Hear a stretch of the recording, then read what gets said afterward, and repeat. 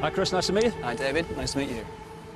I've been looking forward to meeting you. One of the things that I wanted to get your opinion on was some research that we've carried out recently. And what we expected to find, and what we did find from a large-scale survey that we carried out, was that the kind of people who tend to believe in conspiracies show a particular profile, or they tend to. And what that suggested to us was that maybe the tendency to believe in conspiracies is there because for some people it serves a kind of psychological purpose. It helps them to try and make sense of what in many ways can seem to be a kind of uncontrollable, unpredictable world. Do you feel that believing in conspiracies does serve some kind of psychological function for those people who tend to believe in them?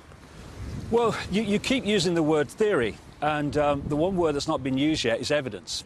This whole opening of the mind to this conspiracy version of world events has not been as a result of psychological profiles or whatever. It's been the result of people saying they're lying to us. I'm not trying to convince people they're wrong. I'm saying, well, show me the evidence, convince me. That's right, yes. Now, when it comes to some of the claims that you've made, I would say that, you know, for some of them there is next to no evidence. I'd also say, I mean, again, we all have human biases. We all tend to be selective. I knew you'd ask me that, and I'll acknowledge openly I haven't actually read the books. So you don't know the evidence, Chris. I do know the evidence, because I've read about your writings. When you've read even one of my books, then we could chat again, maybe. Because I can't take you seriously about there's no evidence when you haven't read the books. I can't. Right, have you read all the evidence relating to the 9/11 conspiracy? I've read enormous amounts about the 9/11 conspiracy. And I've been to America at the end of the day, I've done my own research. At the end of the day, you are convinced that there is a conspiracy behind 9/11. Correct. It was not, as we are told, a terrorist act. No, it was a terrorist act. Absolutely, was a terrorist act. It was a manipulated. How else can you describe it? All right, but it was something that was manipulated by these higher powers that you claim exist. But on all of these issues, there are other points of view. I mean, for the evidence. Don't believe what I say, then. I don't believe what you say. Well, obviously. What's the problem? Yeah, the problem is I'm being open-minded. I can tell you what would convince me that you're right. Go on. You know, is there anything that could happen in the world that would convince you were wrong?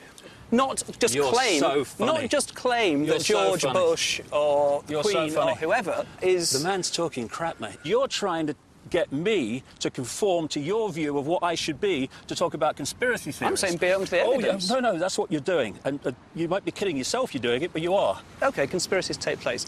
It's the nature of the conspiracies, and when there is kind of overwhelming evidence against a particular conspiracy, but people still cling tenaciously to it, that then moves into the realm, as far as I'm concerned, of probably trying to look at the psychology behind it. I don't care if you've got a problem. It's your right to decide what you want to believe. Right, and that's what I'm doing. But it's all this profiling people and saying, oh, yes, he's one of them, so he's just believing it because it's giving him a way of seeing the world. It's all that stuff that gets up my nose because it's so song sheet science, song sheet psychology. I think there is a problem with the belief system. It's non-falsifiable. Nothing could happen that would falsify it. I've said it in my own books. I'm not saying that every detail in this book is true. It's as near as I can get it. What I'm saying are the themes are true, in my view. That's what I actually say. OK? No, yeah, OK. And are we finished? It seems that belief in conspiracy runs too deep to be so easily overcome.